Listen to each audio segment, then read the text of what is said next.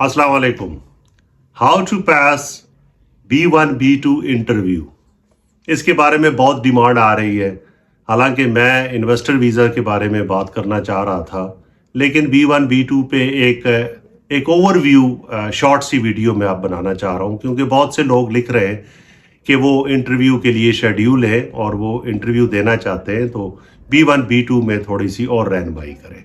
देखिए, B1 B2 visit visa America का, इसकी कैटेगरी अमेरिका के तमाम वीज़े जो 50-55 वीज़े हैं जो अप्लाई होते हैं हम लोगों पे, एशियंस, ईस्ट एशियंस पे, इंडिया, पाकिस्तान, बांग्लादेश, श्रीलंका, नेपाल, ये बिल्कुल मुख्तलिफ कैटेगरी है।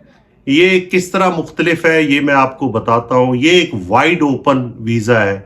इसके अंदर जब आप जाना चाहते हैं तो उसमें बहुत से आपको मकासद इसके मिलते हैं। देखें, प्लेजर हो सकता है, सैर सियाहत आप कर सकते हैं, इसमें आप हेल्थ केयर के लिए जा सकते हैं, आप अपनी मेडिकल ट्रीटमेंट वहाँ से करवा सकते हैं, आप बिजनेस पर्पस वीज़ा भी ये है, एक लिमिट है उसके लिए, लेकिन आप जाके वहाँ पे अपना बिजनेस सर्च कर सकते हैं, बिजनेस के बारे में मालूमात हासिल करते हैं, बिजनेस सेमिनार्स में आप उनको अटेंड कर सकते हैं, बिजनेस मीटिंग्स अटेंड कर सकते हैं। आपका कोई अजीज, कोई दोस्त जो अमेरिका में है, वो आपको अगर इनवाइट करता है तो आप उससे मिलने के लिए जा सकते हैं, आप किसी अजीज दोस्त की शादी अटेंड करने के लिए जा सकते हैं। तो ये एक वाइड ओपन वीज़ा है, ये तमाम कैटेगरीज से मुख्तलिफ है। देखें, शॉर्टेस्ट इंटरव्यू जो अमेरिकन वीज़ों में होता है वो B1 B2 का इंटरव्यू होता है। B1 B2 के लिए अमेरिकन वीज़ा ऑफिसर मखसूस होते हैं जो B1 B2 को कंडक्ट करते हैं, क्योंकि ये 30 सेकंड से 1 मिनट तक वो डिसाइड कर लेते हैं कि where to put you in which box, कि वो आपको डिनाई करें या वो आपको वीज़ा दें। इस वीज़े के अंदर आपने 214B को ओवरकम करना है, उसको शिकस्त देना है। 214B जिसके तहत वीज़ा इंटरव्यू आपका वीज़ा कंडक्ट करता है, ये एक इमिग्रेशन का कानून है कि 214B का मतलब है कि इमिग्रेशन इंटेंट, मतलब आप अमेरिका में जाएंगे और वापस नहीं आएंगे।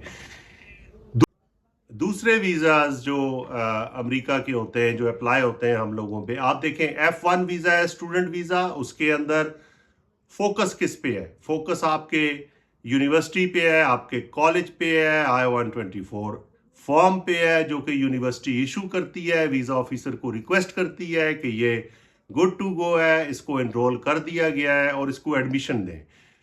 फोकस आप पे है वीज़ा ऑफिसर का, वीज़ा ऑफिसर का फोकस आपके फाइनेंस पे है कि कौन आपको स्पॉन्सर कर रहा है, आपके फाइनेंस कहाँ से आएंगे।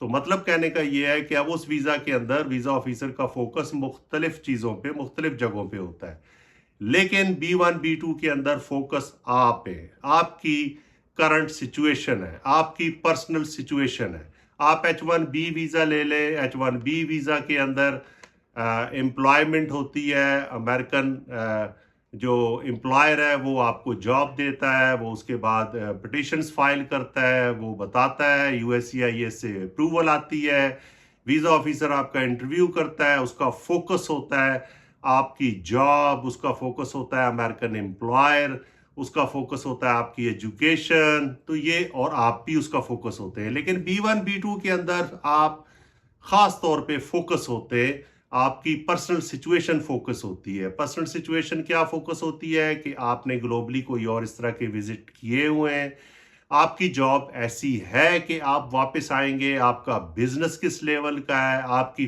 वेल ऑफ फैमिली है, आप मिडिल क्लास से या अपर मिडिल क्लास से ताल्लुक रखते हैं, आपका आप अगर एजुकेशन हासिल कर रहे हैं तो आप किस तरह की एजुकेशन हासिल कर रहे हैं, क्या ऐसी एजुकेशन को आप आधे रास्ते में छोड़ के अमेरिका में सेटल होने का सोच सकते हैं। तो ये सब चीज़ें जो है ये इसके अंदर इन्वॉल्व होती हैं। तो फोकस जो है आप देख लें।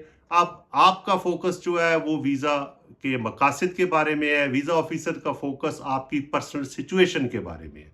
आपने DS-160 एप्लीकेशन फॉर्म अगर प्रॉपरली फिल किया है, उस एक स्ट्रॉन्ग एप्लीकेशन बनाई है उसके अंदर आपने, तो आप ये समझें कि इंटरव्यू में आपके लिए बहुत आसानी होगी। मैं आपको यहाँ पे एक और चीज़ बताता चाहूँ कि आपकी हाइलाइट्स क्या है। आपकी हाइलाइट्स जो हैं वो आपका DS-160 एप्लीकेशन फॉर्म है। अब आपने अपनी हाइलाइट्स जो डिफरेंट एप्लीकेंट्स की डिफरेंट हाइलाइट्स होती हैं। किसी की एजुकेशन स्ट्रांग होती है, किसी का फाइनेंशियल बैकग्राउंड स्ट्रांग होता है, किसी का बिजनेस बहुत स्ट्रांग है, किसी की जॉब बहुत स्ट्रांग है। तो ये टाइज हैं जो आपकी अपने मुल्क के साथ होती हैं। तो ये आपको 214B जो शिक है, जिसके तहत 100% B1 B2 के एप्लीकेंट जो है वो रिफ्यूज होते हैं, तो उससे आपने अवॉइड करना है। अब उससे आपने अवॉइड किस तरह करना है? देखें, शॉर्टेस्ट इंटरव्यू होता है।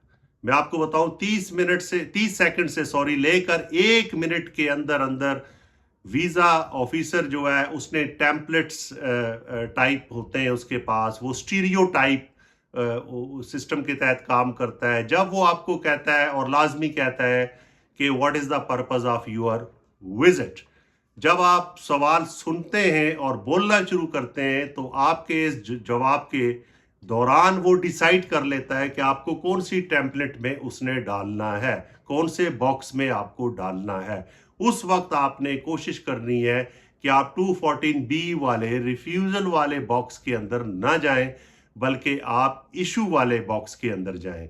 आपका कॉन्फिडेंट लेवल उस वक्त जो है वो मैटर करता है। बहुत से लोग वीज़ा के अहल होते हैं, लेकिन वो इतने नर्वस हो जाते हैं कि वीज़ा ऑफिसर भी शशोपंज में पड़ जाता है कि ये आप सिचुएशन क्या है। याद रखें, वीज़ा ऑफिसर भी कभी कोशिश नहीं करते कि वो ऐसे आदमी को वीज़ा ना दें जो उसका अहल हो। ये एक गिल्ट होता है जो उनके साथ चलता है। इसलिए आपने कॉन्फिडेंट रहना है। कॉन्फिडेंट रहना है। DS-160 एप्लीकेशन फॉर्म जो है वो स्ट्रॉन्ग करना है आपने, और आपको वो तमाम मालूमात होनी चाहिए जो आपकी हाइलाइट्स हैं, जो जिनके बेस पे आप समझते हैं कि आप वीज़ा हासिल करेंगे। वो हाइलाइट्स जो हैं वो क्या है? वो आपके बिजनेस है, उसकी डिटेल है, आपकी एजुकेशन की डिटेल है, आपके प्रीवियस ट्रैवल्स हैं ग्लोबली या रीजनली, आपकी फैमिली है। तो ये सब आपके हाइलाइट्स हैं। आपने अपने हाइलाइट्स को फोकस करना है। आपने हाइलाइट्स को बताना है अपने को कि आप जो है वो अमेरिका में रहने का कोई इरादा नहीं रखते। जब वीज़ा ऑफिसर को ये समझ आ जाती है कि आपने अमेरिका में नहीं रहना, आपकी टाइज अपने मुल्क के साथ इतनी स्ट्रांग हैं, इतनी मजबूत हैं कि आप वापस आएंगे, तो वो आपको वीज़ा इशू कर देता है। तो ये मैंने आज आपको बताना था कि B1 B2 American visit visa, इसकी कैटेगरी दूसरी कैटेगरी से बिल्कुल मुख्तलिफ है।